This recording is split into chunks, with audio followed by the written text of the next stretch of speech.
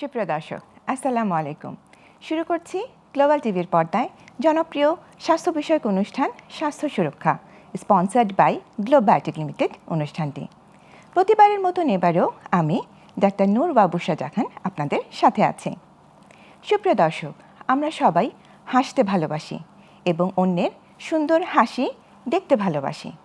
তাই এই সুন্দর হাসির পেছনে কিন্তু লুকিয়ে আছে একটি স্বাস্থ্যকর মাড়ি এবং শক্তিশালী দাঁত। সুপ্রিয় দর্শক, আপনারা বুঝতেই পারছেন আমাদের আজকের অনুষ্ঠানের বিষয়বস্তু হচ্ছে দাঁত ও মাড়ির রোগ। আর এই বিষয়ে কথা বলবেন আমাদের আজকের আমন্ত্রিত অতিথি ডাক্তার মোহাম্মদ আসাফুজ্জোহা রাজ, মহাসচিব Bangladesh federations of dental science. Sir, আসসালামু আলাইকুম। ওয়ালাইকুম আসসালাম। দর্শক যারা দেখছেন সবাইকে শুভেচ্ছা। আপনাকে স্বাগত জানাচ্ছি আমাদের আজকের এই অনুষ্ঠানে। ধন্যবাদ। জি, সুপ্রিয় দর্শক, দাঁত এবং মাড়ির রোগে কিন্তু আমরা প্রায়শই ভুগে থাকি। সুতরাং এই নিয়ে যদি কোনো কোশ্চেন থেকে থাকে আপনারা আমাদের প্রশ্ন করবেন আমাদের স্ক্রিনে দেখানো নাম্বারে অথবা গ্লোবাল টিভি হেলথ ফেসবুক পেজে। আসুন শুরু করি আমাদের আজকের অনুষ্ঠানটি। আজকের বিষয়বস্তু তো শুনলেন যে আমরা আজকে একটু কথা বলবো দাঁত ও মাড়ির রোগ নিয়ে। আমরা জানি যে আসলে একটা হাসি কিন্তু আমরা সবাই পছন্দ করি এবং সুন্দর ঝকঝকে একটা ক্লোজ আপ হাসি দিতে কিন্তু আমরা সবাই পছন্দ করি। তো এই জন্য একটু প্রথমেই জানতে চাচ্ছিলাম যে আমাদের এই মাড়ি এবং দাঁতকে সুস্থ রাখার কি প্রয়োজনীয়তাটা কি আছে কি না? হ্যাঁ, দেখেন মানে আগের আমল থেকেই কিন্তু আমাদের দেশের মানুষরা একটা প্রবাদ বিশ্বাস ছিল যে বাঙালি বা আমরা দাঁত থাকতে দাঁতের মর্যাদা বুঝি না। এখন কিন্তু সেই অবস্থাটি নাই। মানুষ দাঁতের গুরুত্ব বুঝে। আপনি দেখবেন গ্রাম পর্যায়ের মানুষও কিন্তু এখন দাঁত পরিষ্কার সচেষ্ট থাকে। নিয়মের বিষয়টা তো ভিন্ন বিষয়, কিন্তু তারা পরিষ্কার রাখে। দাঁতের যত্নে অবহেলা হলে দাঁতের মধ্যে কিন্তু অনেক কিছুই রয়েছে। আমরা মনে করি যে ডেন্টাল মানে শুধু দাঁত, বাট ডেন্টাল শব্দের প্রকৃত অর্থ কিন্তু দাঁত সম্পর্কীয়। এটা মনে রাখতে হবে। এখানে শুধু বাচ্চাদের 20টি দাঁত, বড়দের 32টি দাঁত নয়, এর পাশাপাশি রয়েছে আমাদের মাড়ি, আমাদের জিহ্বা, তালু, ঠোঁট, মুখের মধ্যে স্যালাইভা আসে, সেই স্যালাইভারি গ্ল্যান্ড, মুখের মধ্যে নার্ভ সাপ্লাই আছে, সব কিছুই কিন্তু এই ডেন্টাল রোগের মধ্যে অন্তর্ভুক্ত। আচ্ছা, তার মানে আপনি যদি আবার একটু বিস্তারিত বলতেন যে এই যে ডেন্টাল শব্দটা বললেন, তার মানে শুধু দাঁত নয়, দাঁতের পেছনে আরো অনেক আসলে অঙ্গ প্রত্যঙ্গ বলতে পারি যে জড়িয়ে আছে এটার মধ্যে। আচ্ছা, তো তাহলে এটার কি সুস্থ রাখার আদৌ দরকার আছে কিনা আপনি কি মনে করেন? হ্যাঁ, মুখ হচ্ছে শরীরের সবচেয়ে বড় প্রবেশদ্বার। আপনি দেখবেন আপনার বাসার যদি মেন ডোরটা যদি ভালো করে আপনি যত্ন করে না রাখেন, বাইরে থেকে চোর ডাকাত অনেক খারাপ মানুষ ভিতরে ঢুকতেই পারে। আচ্ছা, মুখ হচ্ছে আপনার শরীরের প্রবেশদ্বার। এখানে যত্ন না থাকে মুখের স্বাস্থ্য নষ্ট হবেই। যেমনটি বলছিলাম, দাঁত, মাড়ি, জিভ, তালু, নানা রোগ হতে পারে। এই রোগ কিন্তু এখানে বসে থাকে না, এখান থেকে ছড়িয়ে যেতে পারে শরীরের প্রতিটি গুরুত্বপূর্ণ অঙ্গ। সারা বিশ্বের উন্নত বিভিন্ন গবেষণা স্পষ্ট প্রমাণ করছে যে মুখের মধ্যকার স্বাস্থ্য যদি খারাপ থাকে তাহলে আমাদের দেহের স্বাস্থ্য যেমন নষ্ট হবে, মানসিক স্বাস্থ্য কিন্তু নানা ধরনের প্রভাব ফেলতে পারে এই মুখের স্বাস্থ্য ব্যবস্থা খারাপ থাকলে। আচ্ছা, তবে তো মানে খুব গুরুত্বপূর্ণ একটা বিষয় আপনি তুলে আনলেন যে তার মানে আমাদের অন্যান্য যে অঙ্গ প্রত্যঙ্গ যেগুলো আছে, যেগুলো আমরা ভাইটালস অর্গান বলি, তার মানে সেগুলোও কি এই মুখের কোনো অযত্নের ফলে কিংবা এই দাঁত এবং দাঁতের আশেপাশের যে মাড়ি এবং স্যালাইভারি গ্ল্যান্ডের কথা বলেন, এইসব থেকে কিন্তু তার মানে রোগগ্রস্ত হতে পারে? খুব সহজেই হতে পারে। সম্প্রতি আমেরিকারই একটা গবেষণা বলছে, এটা অনেক আগে থেকেই গবেষণা হচ্ছে, তারা আবার এটাকে পুনর্গবেষণা করে এটাকে নিশ্চিত করছে। অনেকের মধ্যে কিন্তু দীর্ঘমেয়াদী মাড়ির রোগ আছে। দেখবেন আমার ফ্যামিলি, আপনার ফ্যামিলি, অনেকের দেখবেন যে মাড়ি দিয়ে রক্ত পড়ছে ব্রাশের সময়, বা একটু থুতু ফেলে রক্ত আসছে, খুব বেশি কেয়ার করে না, খুব কমন, একদম ঘরে ঘরে রয়েছে, এটা অনেকে কেয়ার করে না। বিজ্ঞান বলছে যে এই যে মাড়ি দিয়ে রক্ত পড়ার পিছনে প্রধান যে ব্যাকটেরিয়াগুলি দায়ী বা জীবাণুগুলো দায়ী, সেই জীবাণু অতি সহজেই আমাদের রক্তবাহিকায় মিশে যেতে পারে। মুখের রোগ রক্তের সাথে মিশে এবং হার্টের মধ্যে বিভিন্ন ধরনের রোগ করতে পারে। স্ট্রোকের হওয়ার পিছনে, খুব কমনলি স্ট্রোক আমরা খুব মানে ভালো মতো জানি এটাকে, হঠাৎ করে মানুষ মাথা করে পড়ে যাচ্ছে, এক্সেস অবশ হয়ে যাচ্ছে, অনেক কিছু হতে পারে স্ট্রোক থেকে। স্ট্রোক মানে হচ্ছে ব্রেনের রক্ত সঞ্চালনটা মানে পর্যাপ্ত না হলে। এই মাড়ির রোগ বসে রাখলে এই স্ট্রোকের মতো রোগও কিন্তু হতে পারে, হার্টের রোগও হতে পারে, এটা স্পষ্ট প্রমাণিত এখন।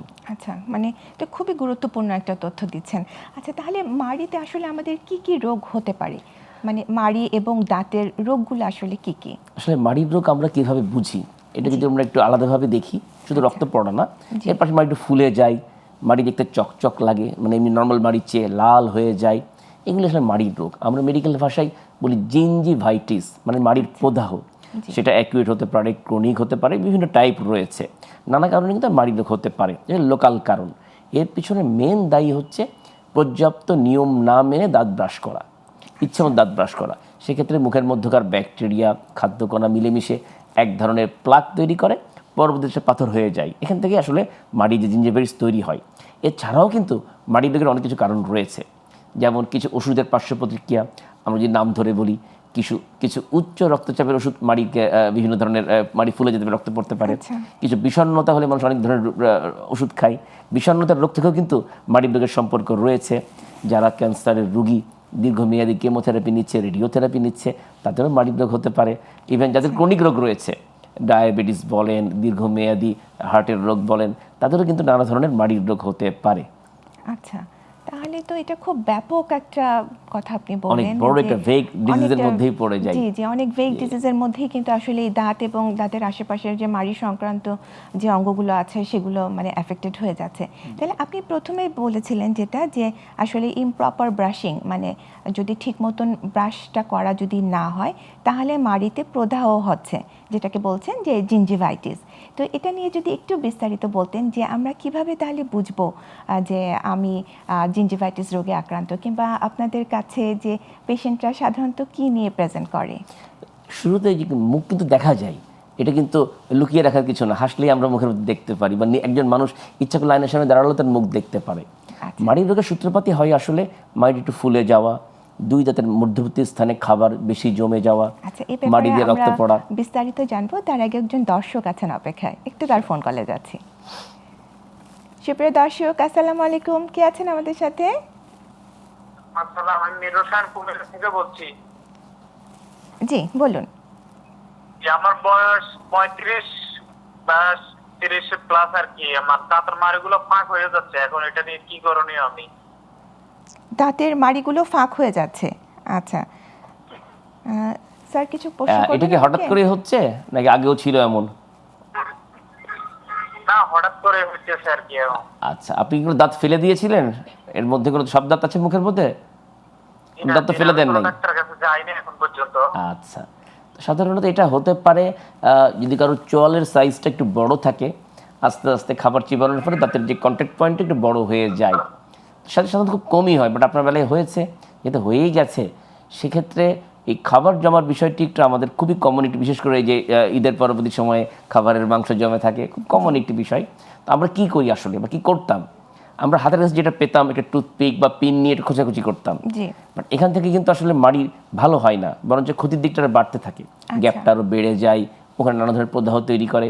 এই জন্য আমরা যেটা বলে থাকি, বিজ্ঞান যেটা বলে থাকে, সেটা হচ্ছে মাড়ির ফাঁকটি পরিষ্কার করে রাখতে হবে। আচ্ছা, নর্মাল ব্রাশ যতই ঘষাঘষি করেন না কেন, মাড়ির মধ্যে খাবারকে কখনোই বের করতে পারবে না, ওই ব্রাশ ওখানে পৌঁছায় না, যে ব্রাশটা আমরা ব্যবহার করি সাধারণত। দাঁতের ফাঁককে পরিষ্কার করার জন্য বিশেষ ধরনের ডিভাইস আছে, গ্রাম পর্যায়ে পাওয়া যায়, দোকানেই পাওয়া যায়। সেটাকে আমরা ডেন্টাল ফ্লস অথবা ইন্টারডেন্টাল ব্রাশ নামেও পাওয়া যায়। দুইটা যে কোনো একটি সংগ্রহ করে নিয়ম জেনে, এখন তো ইন্টারনেটের যুগ, গ্রাম পর্যায়ে মানুষ এখন মোবাইল ইন্টারনেট দেখতে পারে, জাস্ট ডেন্টাল ফ্লস অথবা ইন্টারডেন্টাল ব্রাশ সার্চ দিলে অনেক ভিডিও আসবে। একটু শিখে নিয়ে যদি একটু পরিষ্কার করে রাখতে পারে, তাহলে খাবার ঢুকলেও এটুকু নিশ্চিত হওয়া যায় যে দাঁতের স্বাস্থ্য নষ্ট হবে না, মাড়ির সমস্যা হবে না। খুব সুন্দর একটা কথা বললেন, ডেন্টাল ফ্লস এবং ইন্টারডেন্টাল ব্রাশ। আচ্ছা, এই ব্যাপারে একটু বিস্তারিত জানবো, তার আগে আরেকটা ফোনে কলে যাচ্ছি। সুপ্রিয় দর্শক, আসসালামু আলাইকুম, কে আছেন আমাদের সাথে? জি মনসুর ভাই, কেমন আছেন? জি আছি ভালো, আপনি ভালো আছেন?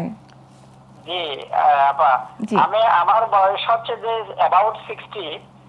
তো আমার 22 বছর ধরে ডায়াবেটিস চলতেছে। এখন স্যারের কাছে আমি কয়েকটা আমার ডিজিজ সম্বন্ধে একটু জানতে চাই।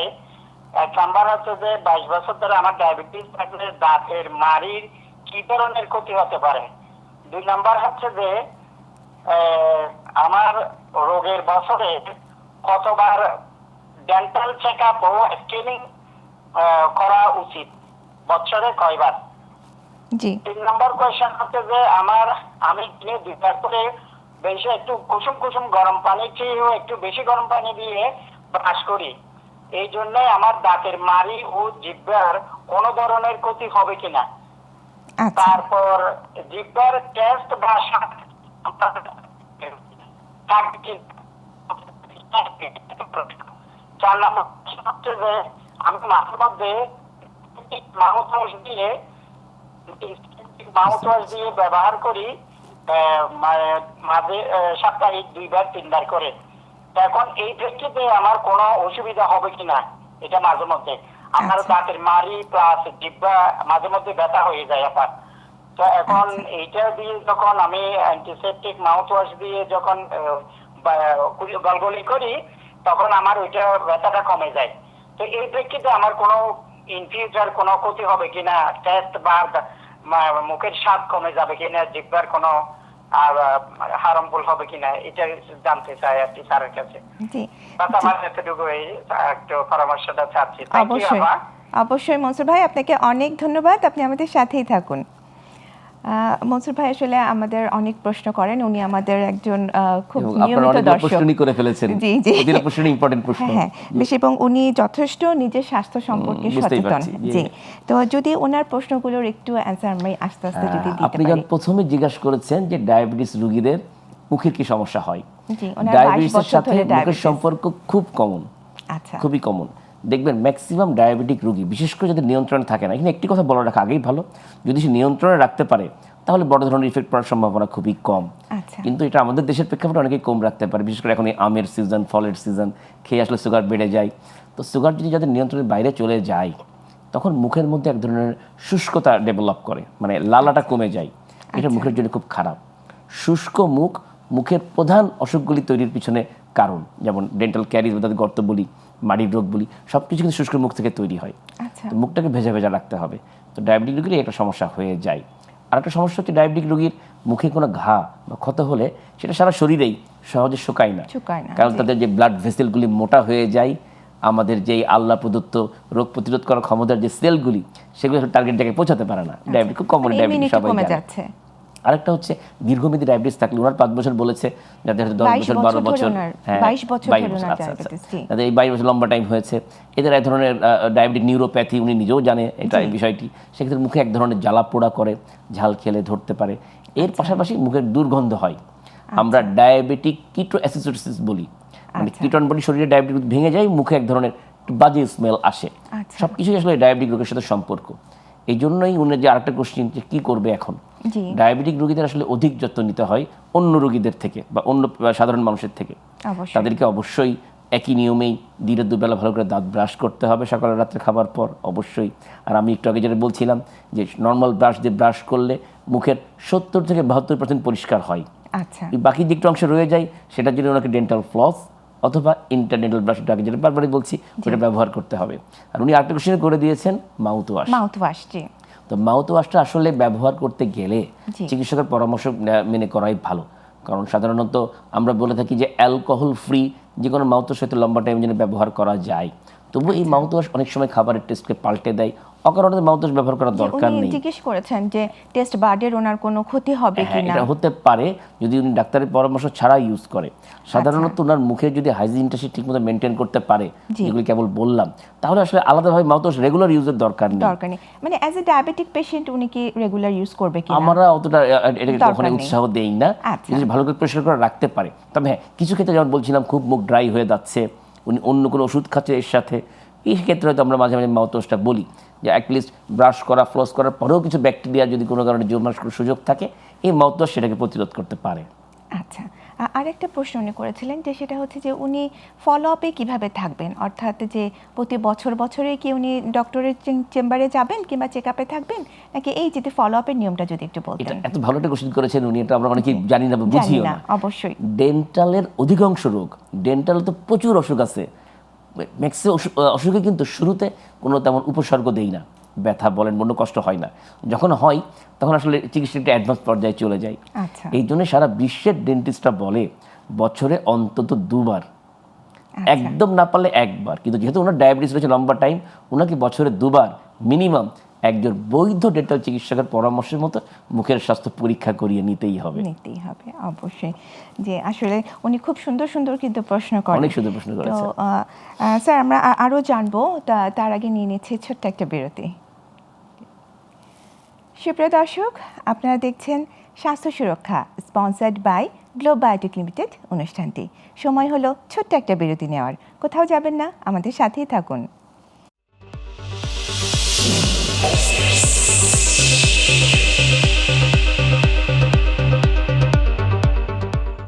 সুপ্রিয় দর্শক, বিরতির পরে ফিরে এলাম স্বাস্থ্য সুরক্ষা, sponsored by Globe Biotech Limited অনুষ্ঠানটিতে। আমরা আজকে কথা বলছি দাঁত ও মাড়ির রোগ নিয়ে। স্যার, বিরতির আগে একজন দর্শক ফোন দিয়েছিলেন, তো ওনার আরেকটা প্রশ্ন ছিল, যে সেটা হচ্ছে উনি কুসুম গরম পানি দিয়ে কুলিকুচি করেন, তো এটা কি ওনার জন্য স্বাস্থ্যসম্মত কিনা, কিংবা এই গরম পানি ইউজ করা কিংবা কুসুম গরম পানি ইউজ করা কি অন্যান্যদের জন্য কি স্বাস্থ্যসম্মত কিনা? হ্যাঁ, এটার মেডিকেল ব্যাখ্যা রয়েছে। খুব গরম না, উনি বলছিলেন মাঝে মধ্যে খুব বেশি গরম পানি করে ফেলেন। আচ্ছা, আসলে গরম পানি করার প্রয়োজন নেই। উষ্ণ গরম পানি আমরা বলি, যদি একটু চিন্তা করে যে একদম যে ফুটন্ত পানি যেটা, ওটাতে যদি আমরা একটা গ্লাসের পানি নিই, 3 ভাগের 1 ভাগে বাকি 3 ভাগ নর্মাল পানি আমরা মিশিয়ে নিতে পারি।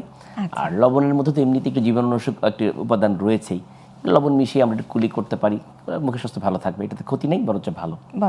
আচ্ছা, আরেকটা ব্যাপার, সেটা আমি একটু জানতে চাচ্ছিলাম, যে অনেকেই বলেন যে দাঁত ঠিক মতন ব্রাশ করি, কিন্তু তারপরেও হচ্ছে যে দেখা যাচ্ছে যে দাঁত কিংবা মাড়ি অ্যাফেক্টেড হয়ে যাচ্ছে, কোনো না কোনো রোগে তারা ভুগছেন। তো এটা আসলে এর পেছনে ব্যাখ্যাটা কি থাকবে? হ্যাঁ, অনেকে এটা বলে থাকেন যে আমি তো ঠিকমতো দাঁত ব্রাশ করছি, তারপরে তো আমার ডেন্টাল ক্যারিজ হচ্ছে, মাড়ির রোগ কেন হয়। নিশ্চয়ই আপনারা মনে ঠিক পরামর্শ দেন না ওদেরকে, এরকম একটা কথা রোগীরা বলে।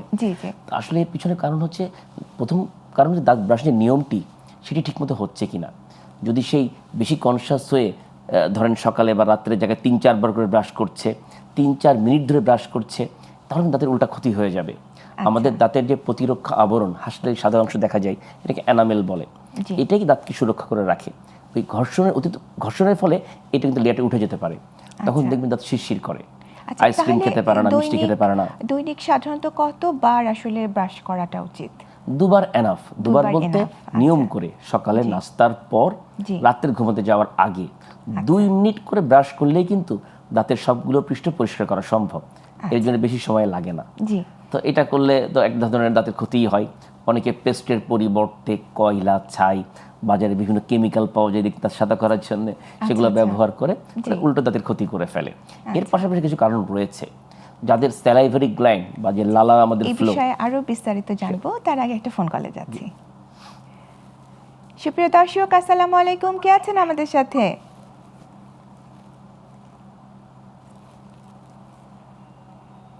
হ্যালো। ওয়ালাইকুম আসসালাম। জি বলুন। আসসালামু আলাইকুম। ওয়ালাইকুম আসসালাম। জি, আমার এমনি দাঁতগুলো, আমি তো ওনা কেন্দ্র থেকে বলছি। জি, আপনার নাম এবং বয়সটা বলুন। আমার নাম মোহাম্মদ সেকান্দর আলী। জি জি ভাই বলুন।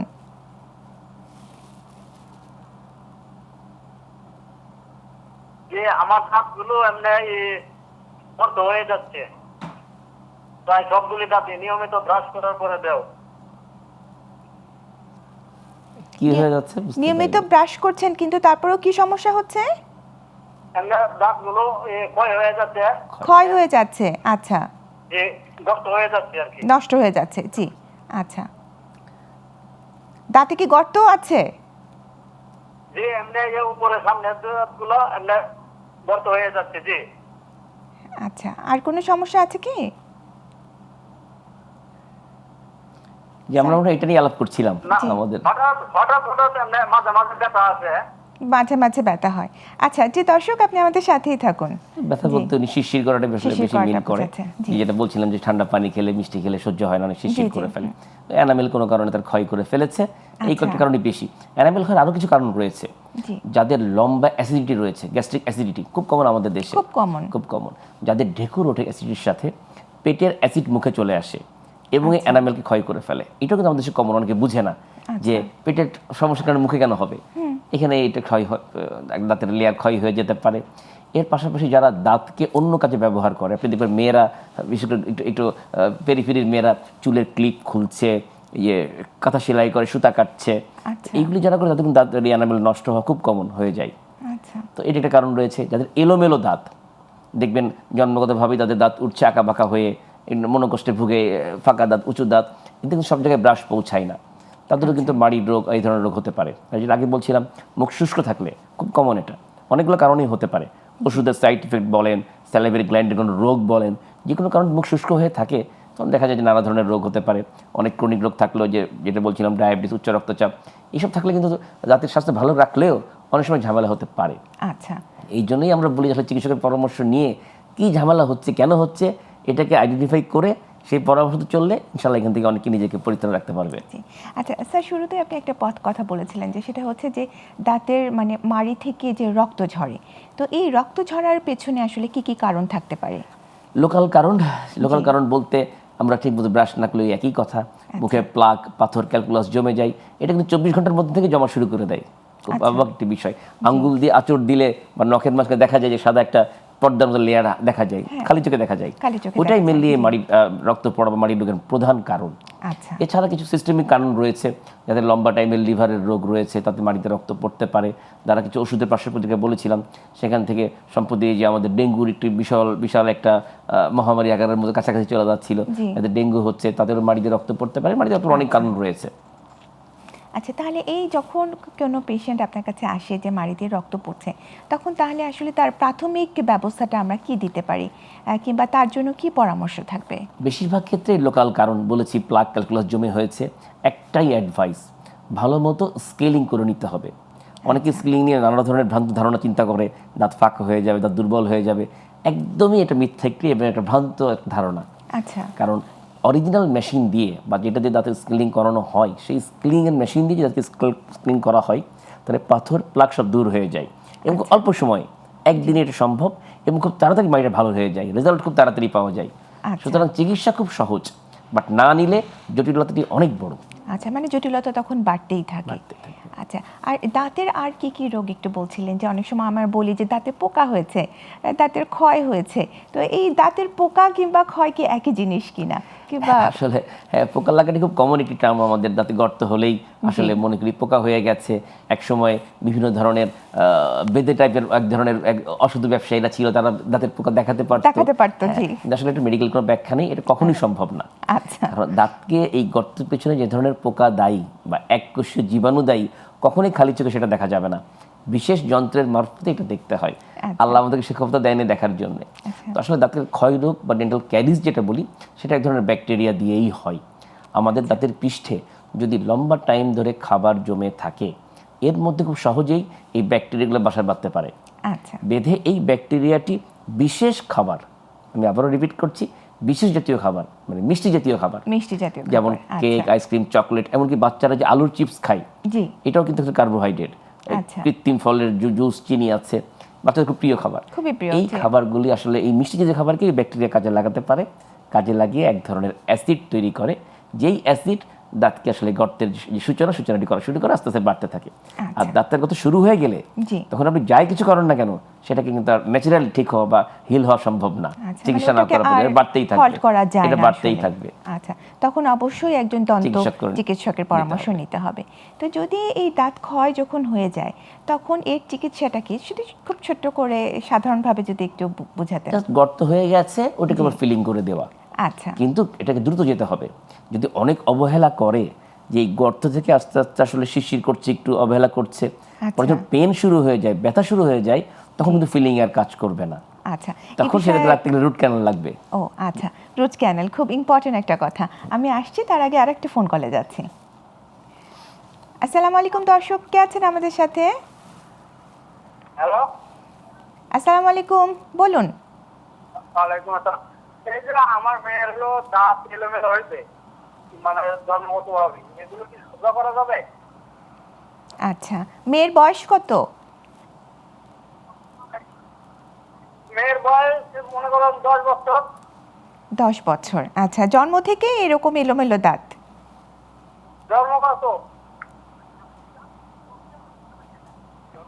জন্মগত। আচ্ছা, জি, দর্শক আপনি আমাদের সাথেই থাকুন, খুব সুন্দর একটা প্রশ্ন করেছেন।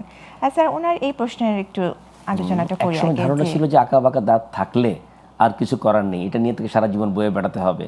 আচ্ছা কিন্তু আমাদের দেশেই এখন এই দাঁতের খুব সফল চিকিৎসা হচ্ছে। আমার তো মনে হয় বিভাগ এবং জেলা পর্যায়ে কিন্তু চিকিৎসা চলে গেছে। আমরা অর্থোডন্টিক চিকিৎসা বলি। ওনার বাচ্চার বয়স বললো 10 বছর, 10 বছর, হয়তো একটা দুইটা দুধ দাঁত রয়ে গেলেও রয়ে যেতে পারে এই বয়সে। সাধারণত 13 বছর বয়সে আমরা চিন্তা করি যে দুধ দাঁত নাই, এই পড়ে যাওয়ার প্রতি চিকিৎসাটি শুরু হয়। যদি এলোমেলো দাঁত হয়েই থাকে, আমাদের দেশে এখন নানাবিধ মাধ্যম রয়েছে। তার মধ্যে জনপ্রিয় হচ্ছে, বিশ্বেও অনেক জনপ্রিয় অ্যালাইনার। আগে যেমন একটি ব্রেসেস সিস্টেম আমরা কাজ করতাম, মুখের মধ্যে স্ক্রু লাগিয়ে দিয়ে দিয়ে দাঁতগুলোকে ঠিক করতাম, এটা খুব সফল এবং খুবই একটি জনপ্রিয় চিকিৎসা ব্যবস্থা। আমাদের দেশে অনেকদিন ধরে এই চিকিৎসা হচ্ছে, সফলভাবে হচ্ছে। এর পাশাপাশি অ্যালাইনার এখানে চলে আসছে। যারা হয়তো একটু ওইগুলি পড়তে একটু অস্বস্তি বোধ করে বা এগুলি খেতে একটু অসুবিধা হয়, ব্রাশ করতে অসুবিধা হয়, খোলা যায় না, এটার পরিবর্তে এখন অ্যালাইনার চলে এসেছে। প্লাস্টিকের ডিভাইস, এটাকে আমরা আধুনিক চিকিৎসা বলতে পারি। অবশ্যই আধুনিক চিকিৎসা এটা রিসেন্টলি এটা আমাদের বাংলাদেশে এসেছে। উন্নত বিশ্বে তো আরো কিছুদিন আগে এসেছে। এটি আমরা পেশেন্টের মুখে বিশেষ ধরনের মাপ নিয়ে আমরা রোগীকে আগেই দেখিয়ে দেই, দেখানো যায় যে তার দাঁত কেমন হবে। এটা রোগী দেখে রোগী স্যাটিসফাই হলেই আমরা আসলে চিকিৎসায় যাই। আচ্ছা, পেশেন্ট খুলতেও পারে, ওইটা পড়তেও পারে, ওইটা সার্টেন একটা টাইমে দাঁতগুলো ঠিক সুন্দর হয়ে যায়। অবশ্যই, তার মানে অ্যালাইনার, এটা একটা নতুন তথ্য জানলাম। আমরা আরও আসবো, আরও সুন্দর সুন্দর তথ্য আপনার কাছ থেকে জানবো, তার আগে একটা বিরতিতে যাচ্ছি। সুপ্রিয় দর্শক, আপনারা দেখছেন স্বাস্থ্য সুরক্ষা sponsored by Globe Biotech Limited অনুষ্ঠানটি। একটা ছোট্ট বিরতিতে যাচ্ছি, কোথাও যাবেন না, আমাদের সাথেই থাকুন।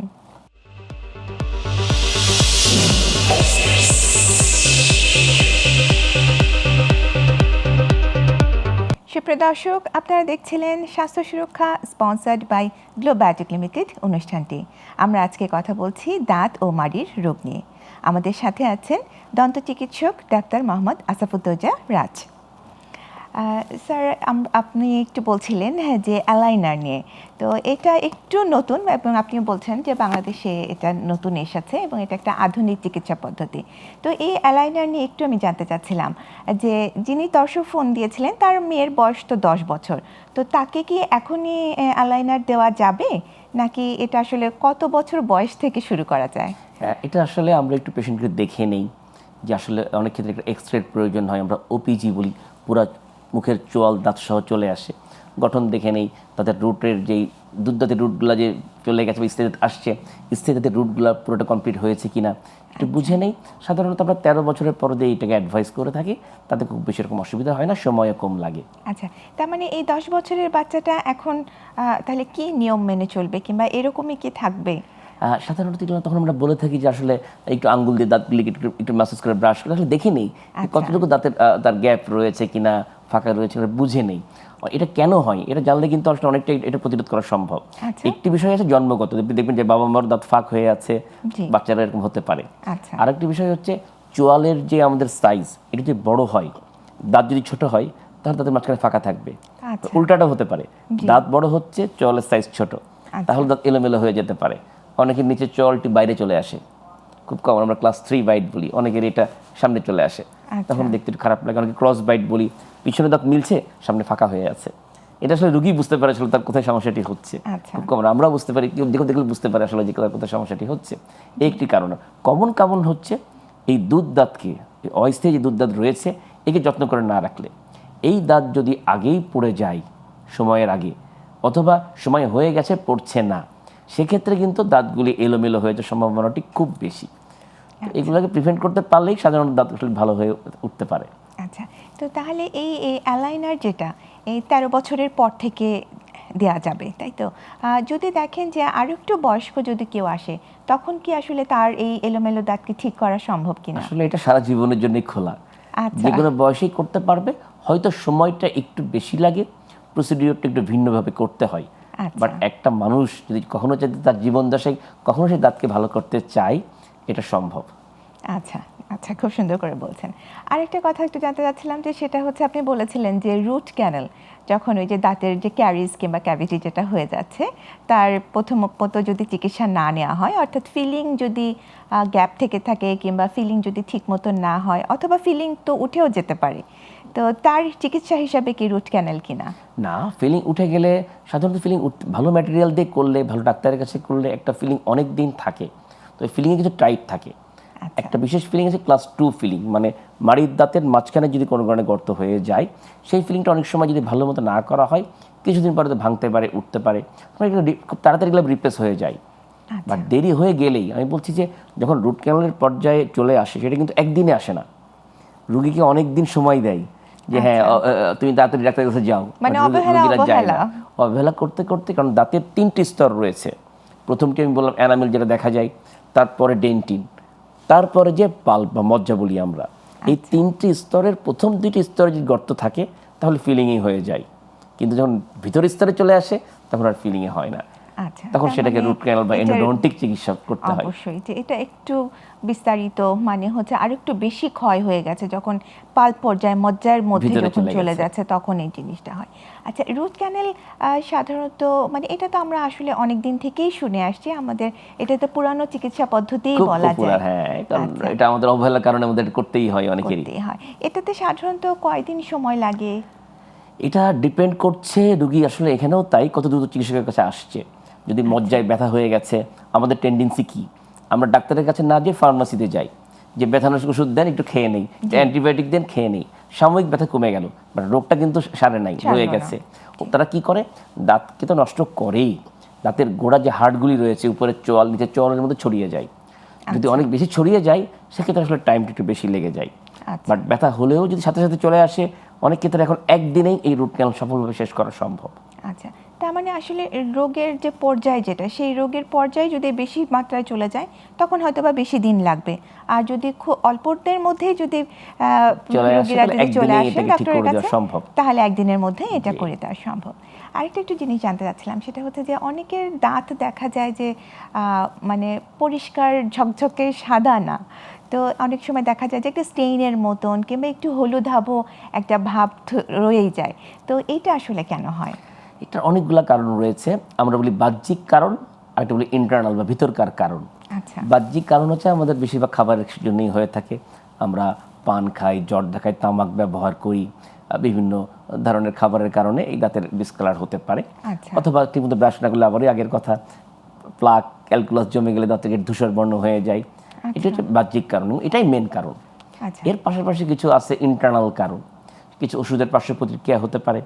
পড়ে গেলে তাতে আঘাত পেয়েছে, গ্রাম পর্যায়ে খুব কমন, টিউবওয়েলের চাপার সময় হাতল খুলে দাঁতে লাগছে, ব্যথা করে, একটু পরে ভালো হয়ে যায়।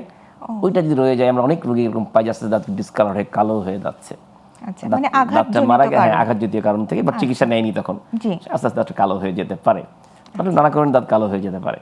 আচ্ছা, তার মানে তাহলে তো এটারও তো অবশ্যই মানে চিকিৎসকের শরণাপন্ন করা উচিত, যে দাঁত এরকম কেন হলুদ হয়ে যাচ্ছে। এটা কি জন্মগত হতে পারে কিনা, মানে এনামেলের তো আসলে আর এক একজনের এক এক রকম কালার কি হয় কিনা, সবারই একই রকম কালার থাকে? ভালো কোশ্চেন করেছেন। এমনিতে একটা বিষয় রয়েছে বর্ণের উপর, আপনি দেখবেন যারা একটু বেশি কালো, আমরা যদি একটু কৃষ্ণাঙ্গ বা একটু আমরা যদি একটু আফ্রিকান মানুষের কথা চিন্তা করি, দেখবেন ওনার বিভিন্ন সিনেমা মুভিতে দেখবেন ওদের দাঁত অনেক সাদা হয়। যারা একটু সাদা বর্ণের তাদের দাঁতের ইয়েলোইশ হয়। এটা আসলে জন্মগতভাবে এটা হয়ে আসে বর্ণের কারণে। আর এর পাশাপাশি আপনি যে বলছিলেন যে আসলে ছোটোবেলা থেকে এটা হতে পারে কি না, হতে পারে। গর্ভ অবস্থায় যদি মা বিশেষ করে ওষুধ খায় না বুঝে বা ডাক্তারের পরামর্শ ছাড়া, বিশেষ করে টেট্রাসাইক্লিন গ্রুপের ওষুধ যদি মা কোনো কারণে খেয়ে ফেলে, বাচ্চার দাঁতে এক ধরনের স্টেন পড়তে পারে।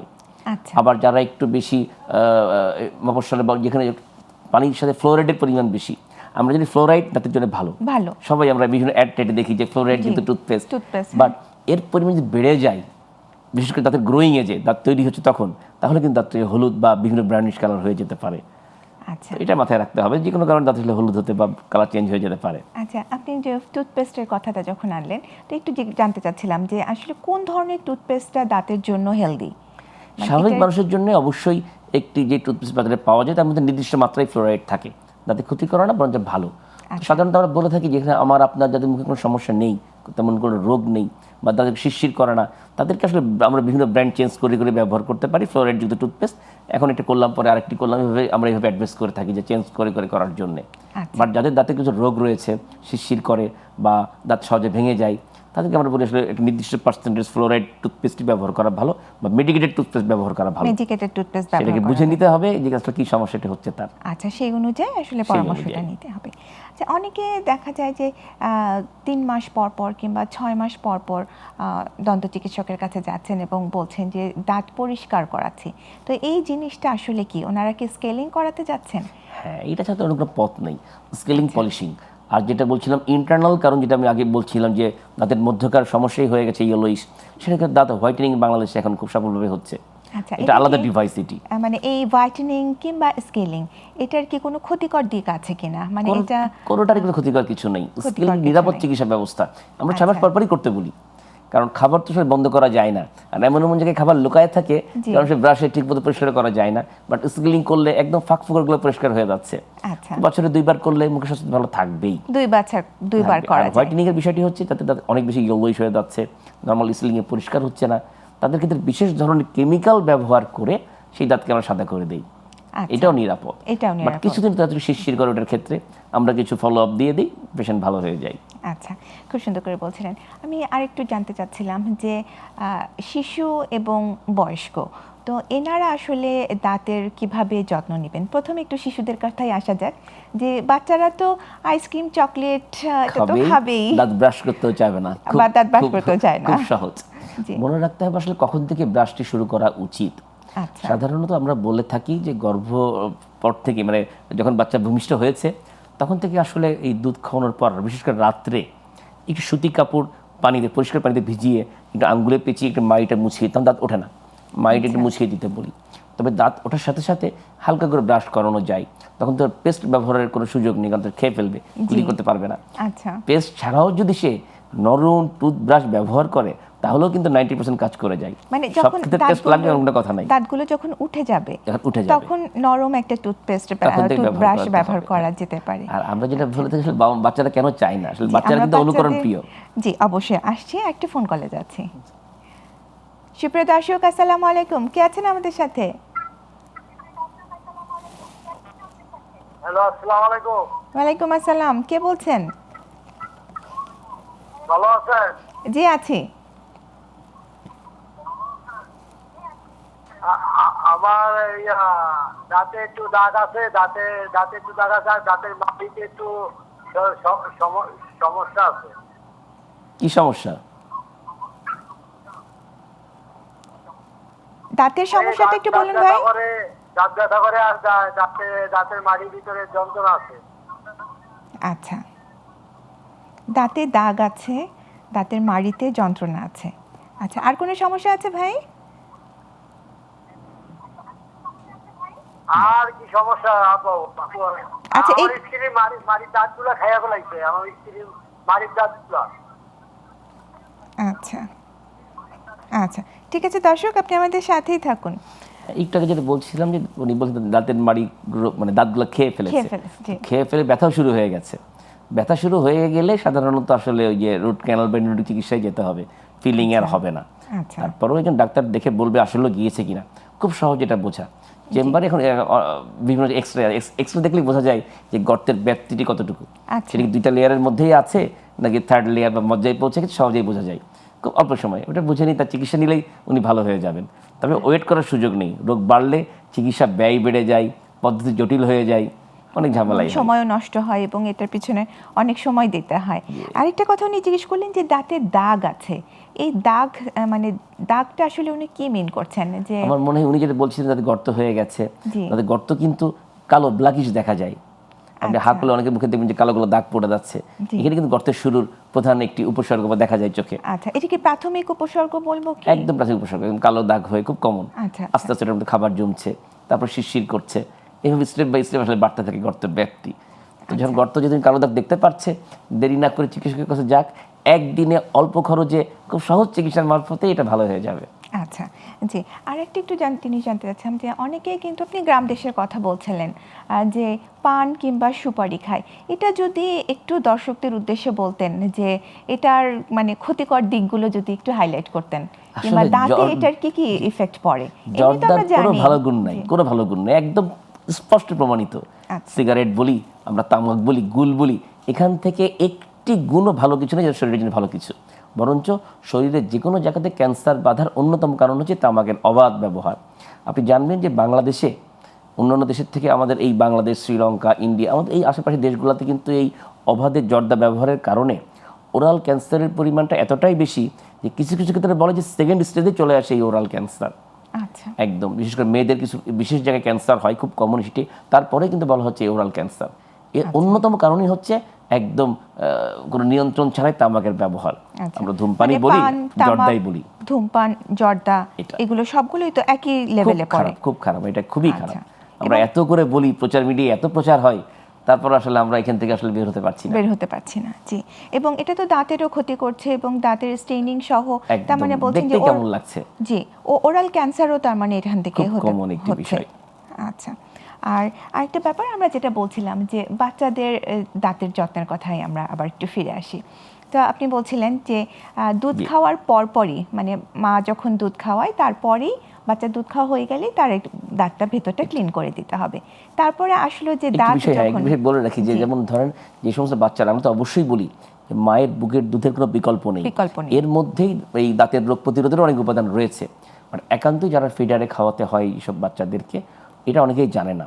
তাদের ম্যাক্সিমাম কিন্তু র্যাম্প্যান্ট ক্যারিজ বা নার্সিং বোতল ক্যারিজ বলে একটা ক্যারিজ হয়। সামনের দাঁতগুলো একদম ভেঙে ভেঙে ক্ষয়, মায়ের সঙ্গে মিশে যায়, মাড়ির দাঁত আস্তে আস্তে ক্ষয় হয়ে যায়, খুব কমনিটি। এই জন্য আমরা বলে থাকি তারা 2টা করে ফিডার ব্যবহার করতে, বিশেষ করে রাত্রে।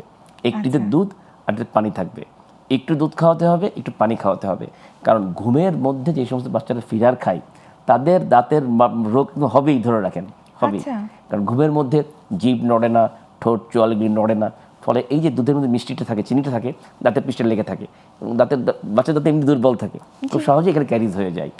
সেই জন্য সে যদি পানি ইউজ করে, ধুয়ে তো গেল জায়গাটা, আচ্ছা, সেক্ষেত্রে এটা ভালো থাকতে পারে। এটা কিন্তু খুবই গুরুত্বপূর্ণ একটা তথ্য, কারণ বাচ্চা তো একটু বড় হয়ে গেলে তখন হয়তো বা সে ফিডার খায়, এবং ফিডারেও অনেক সময় দেখা যায় যে অন্যান্য জিনিসও কিন্তু সুজি কিংবা এই টাইপের চিনিও থাকে, জি, এবং চিনিও থাকে। তার মানে হচ্ছে যে ফিডার খেলেও, ফিডার দিয়েও কিন্তু তার মানে দাঁতের ক্ষতি হচ্ছে।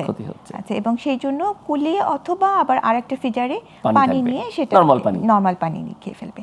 আচ্ছা, আরেকটা ব্যাপার যে সেটা হচ্ছে এবার একটু বয়স্কদের ব্যাপারে আসি, যারা আমাদের ওল্ডার সিটিজেন, তো তারা কিভাবে দাঁতের যত্ন নেবেন? আসলে 3টা কথা সবসময় আমরা বলি, একটু আগে বারবারই বলছি, ব্রাশের সময়, ব্রাশের নিয়ম, দুটাই মানতে হবে। শুধু ব্রাশ সিলেকশন না, কখন করবে এটা ইম্পর্টেন্ট, কিভাবে করবে সেটাও ইম্পর্টেন্ট, কত সময় করবে সেটাও ইম্পর্টেন্ট। আচ্ছা, আমরা এই বিষয়ে জানবো, তার আগে একটা বিরতিতে যাচ্ছি। সুপ্রিয় দর্শক, আপনারা দেখছিলেন স্বাস্থ্য সুরক্ষা, স্পন্সার্ড বাই গ্লোবাটিক লিমিটেড অনুষ্ঠানটি। সময় হলো ছোট্ট একটি বিরতি নেওয়ার, কোথাও যাবেন না, আমাদের সাথেই থাকুন।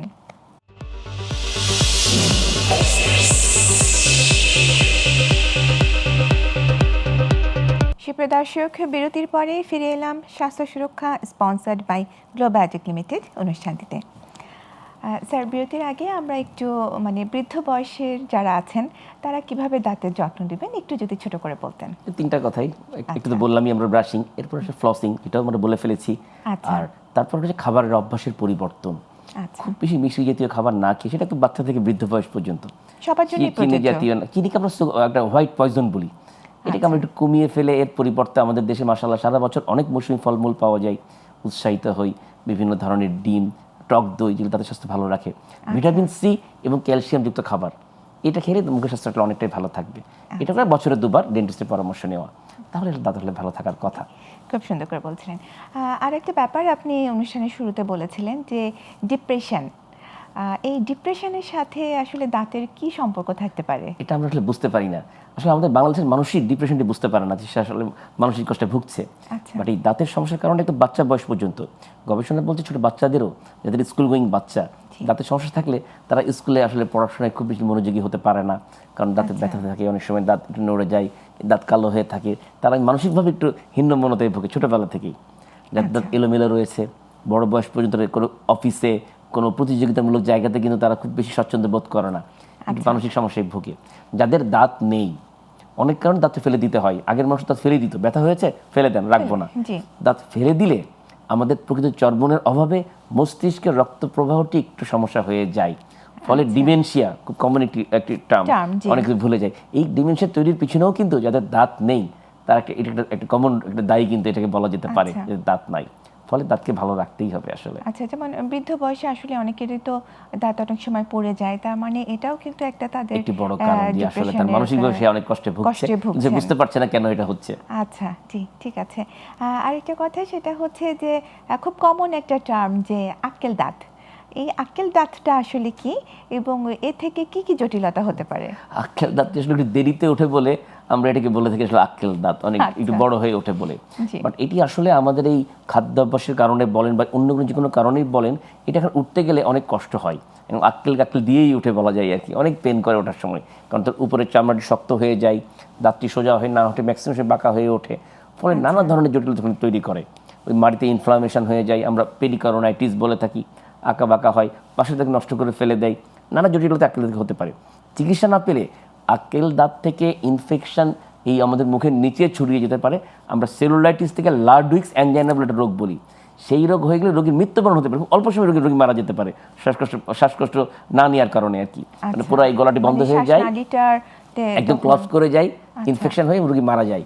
এটাও কিন্তু আমাদের খুব বেশি যে শোনা যায় না তা কিন্তু না, যদিও এখন অ্যান্টিবায়োটিকের একটি ভালো ব্যবহার চলে আসছে, অ্যান্টিবায়োটিক খেলে আমরা রোগটাকে কন্ট্রোল করে ফেলতে পারি, এটা হয় না। বাট এমনটি হতে পারে যারা দীর্ঘমেয়াদী এই মাড়ির রোগকে পুষে রাখছে, মুখ ফুলে যাচ্ছে, ওষুধ খেয়ে কমাচ্ছে, আবার ফুলছে কমছে, এই ধরনের রোগ কিন্তু এক ধরনের বড় ধরনের জটিলতা হতে পারে এখান থেকে। আচ্ছা, তার মানে কি সবসময় কি আক্কেল দাঁত কি সবসময় কি খারাপ কিনা? না, সবসময় খারাপ না, যারা সোজা হয়ে উঠছে তারা তো ভালোই থাকছে সারা জীবন, কোনো অসুবিধা নাই। তবে এখনকার সময় খুব কমই দেখা যায় এটা যে সোজা হয়ে উঠছে, হয় চোয়ালের দিকে ওঠে অথবা সামনের দাঁতের দিকে উঠে এই কষ্টটি আসলে কেন জানি হয়ে যাচ্ছে ইদানিং দেখা যায় খুব বেশি। তার মানে হচ্ছে যে যখনই এই ধরনের এই আক্কেল দাঁতের যদি কোনো প্রবলেম থেকে থাকে তাহলে অবশ্যই কিন্তু দ্রুতই চিকিৎসকের শরণাপন্ন হওয়াটা জরুরি। আচ্ছা, কারণ আপনি খুব সিরিয়াস কিছু কমপ্লিকেশনসের কথা বললেন। আচ্ছা, আরেকটা জিনিস একটু জানতে চাচ্ছিলাম যে প্রেগন্যান্ট মাদার, এটা তো গর্ভবতী একটা অবস্থা এবং গর্ভাবস্থাটা একটা মায়ের জন্য খুবই একটা কাম্য। তো যদি ছোট করে একটু বলতেন যে এই সময় মারা আসলে কিভাবে তাদের দাঁতের যত্নটা নেবে? আপনি বলছেন আসলে এই সময়টা আনন্দের সময়, এটা দুঃসময় হতে পারে, এই মুখের কারণে কিন্তু হতে পারে, এইটিও কিন্তু গবেষণার কথাই। 17%, আমি আবার উল্লেখ করছি, 17% আর্লি ডেলিভারি মানে অপরিণত শিশুর জন্মের জন্য দায়ী কিন্তু এই গর্ভকালীন সময়ে দাঁতের ব্যথা পুষে রাখলে। কত বড় ডেঞ্জারাস একটি কথা। এই গবেষণা আমাদের দেশে না, উন্নত বিশ্বে। আমাদের দেশে প্রপার কোনো গবেষণা নেই, হয়তো আরও কম বেশি হতে পারে, কিন্তু এই গর্ভ অবস্থায় মুখের রোগ পুষে থাকলে আর্লি ডেলিভারি হওয়ার সম্ভাবনা রয়েছে। সুতরাং এই সময় দাঁতের যত্ন নিতে হবে। অনেকে দাঁত ব্রাশ করতে পারে না, বমি আসে বিশেষ করে প্রথম দিকে, এটা আমাদের মাথায় রাখতে হবে। কারণ এই সময়ে ডেন্টাল প্রবলেম হয়ে গেলে প্রথম 3 মাস, লাস্ট 3 মাস অনেক চিকিৎসা আমরা দিতে পারি না, আমরা সিমটোমেটিক চিকিৎসা দিই, বাট মাঝের 3 মাসটা অনেকটা নিরাপদ, সব ধরনের চিকিৎসা হয়তো এই সময় আমরা দিতে পারি, ম্যাক্সিমাম দিতে পারি। তো মাথায় রাখতে হবে এই সময় মুখের রোগকে পুষে না রেখে চিকিৎসকের পরামর্শ মতো সেই কষ্টটিকে কমিয়ে রাখতে হবে অথবা চিকিৎসা করিয়ে নিতে হবে। আচ্ছা, অবশ্যই আপনি খুব সুন্দর করে আসলে আজকের অনুষ্ঠানে অনেক অনেক গুরুত্বপূর্ণ তথ্য দিয়েছেন আমাদেরকে। আপনি ভালো থাকুন, সুন্দর থাকুন। আজকের অনুষ্ঠানটি এখানেই শেষ করছি। সুপ্রিয় দর্শক, আপনারা এতক্ষণ দেখছিলেন স্বাস্থ্য সুরক্ষা, স্পন্সার্ড বাই গ্লোবাটিক লিমিটেড অনুষ্ঠানটি। আজকের অনুষ্ঠানটি এখানেই শেষ করছি। আপনারা সুন্দর থাকুন, সুস্থ থাকুন, গ্লোবাল টিভির সাথেই থাকুন। আল্লাহ হাফেজ।